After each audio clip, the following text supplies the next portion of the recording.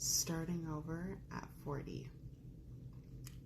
So I'm finally starting on YouTube, fully committed, and I found that I keep coming back to this space, wanting to be a creator, wanting to share my growth, but wanting it also to be authentic. I had a lot of different ideas and things that I love. I love nails, I love hair, I love makeup, anything beauty. But I also wanted to share my growth. But starting over at 40, I felt was pointless. Like, who wants to hear me talk about my life and my journey? But if I wanted to really commit to this, my mind frame had to change. No matter how real reality seemed to me, I needed to put myself in a place where I can grow, I can learn, and I can change patterns. And what I found is it's true for a lot of us. No matter the actual reality of things, it doesn't serve us any purpose. And I found that this can be true for a lot of us and a lot of areas in our lives. So because I wanted to change my mind frame where I'm at mentally, it serves me no purpose. And in 2026, even though there is evidence of growth, we are moving past barriers, past roadblocks, and we are becoming fully committed. So with that said, I'd like to share my 5 key movements that I believe will help us move past our barriers. Now, I'm doing this with you guys. I'm not just going to sit here and just say, do these 5 things and not implement them myself. These are things that I believe that I need to do in order to move forward. So, key movement number 1, identify your roadblocks. Now, we all have something or someone, let's keep it real, that hinders our progression. And in order to move past it, we need to name it. So I'm going to name mine, and this is a point in time where y'all can write this down and name your thing that you feel hinders your progression. So for me, it was my insecurities. I didn't want to be shown on YouTube. I've gone through moments where this thing, of course, snow is starting soon. Anyway, so for me, but I wanted to share my story. I didn't want to be embarrassed, but I wanted to share my story.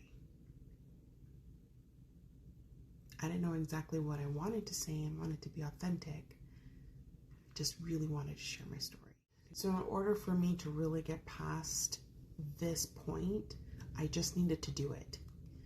And I needed to just stop making excuses, stop cowering behind my insecurities, and just do it. And I know it's hard for people to hear that. It was definitely hard for me to hear it, but there is so much truth behind it. Okay, so key movement number 2, what's your story? Going through all these different YouTube channels and watching different people talk about, find your niche, find your niche. To me, it's what's your story? We all have something that we're interested in. We all have something that drives us, that excites us. That's a start. So you can break up your week and you can talk about different things, but just kind of keep them contained. Don't just do gardening one day, movie something the next day, and cocktails, drinking, cooking. Like, it doesn't need to be so outlandish, but just pick a few things and talk about it. Show it, express it. Okay, so key movement number 3, this is where I struggle. It's be consistent. Now, I know that people say talk about whatever it is you're going to talk about and do it 3 times a week or once every single day. Do it every single day for 365 days.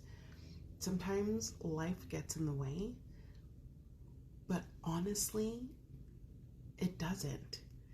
And a lot of the time when you go back to your key point, number 1, which is identifying your roadblocks, those are the things that hinder you from getting to key number 3, is being consistent.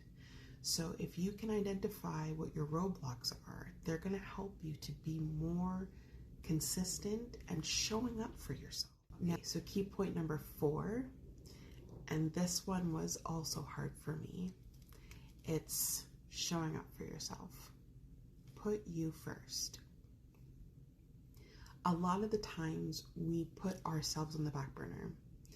We are moms, we are teachers, we are providers, we are whatever the case is for your story, but sometimes you put other people first, which is a wonderful quality, but sometimes we forget about us. So what I would really love for us to do, and for myself, I'm saying this to me, put yourself first. Figure things out for yourself first. Whether it is self-care, whether it's going for a walk for yourself, listening to your favorite podcast, taking a bubble bath, going and getting your nails done, your hair did, making yourself feel good.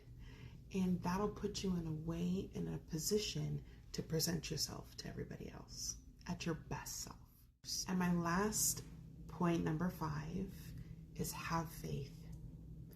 There's a lot of things that you want to do in your life and you don't do it because you just don't have enough faith in yourself. And I've been on a journey where I've really been putting my trust in God and allowing Him to lead. And this is where it keeps leading me to. So why am I going to fight it? I'm going to have faith and trust in this process and hoping and praying that things work out. And I know it will because I'm going to put the effort in and I have my faith in God. So thank you so much for joining me and following along with my 5 key steps. I hope this was helpful and I'm going to be implementing it with all of you. I'm going to try and document and make videos of all my 5 key points. But until next time, love yourself and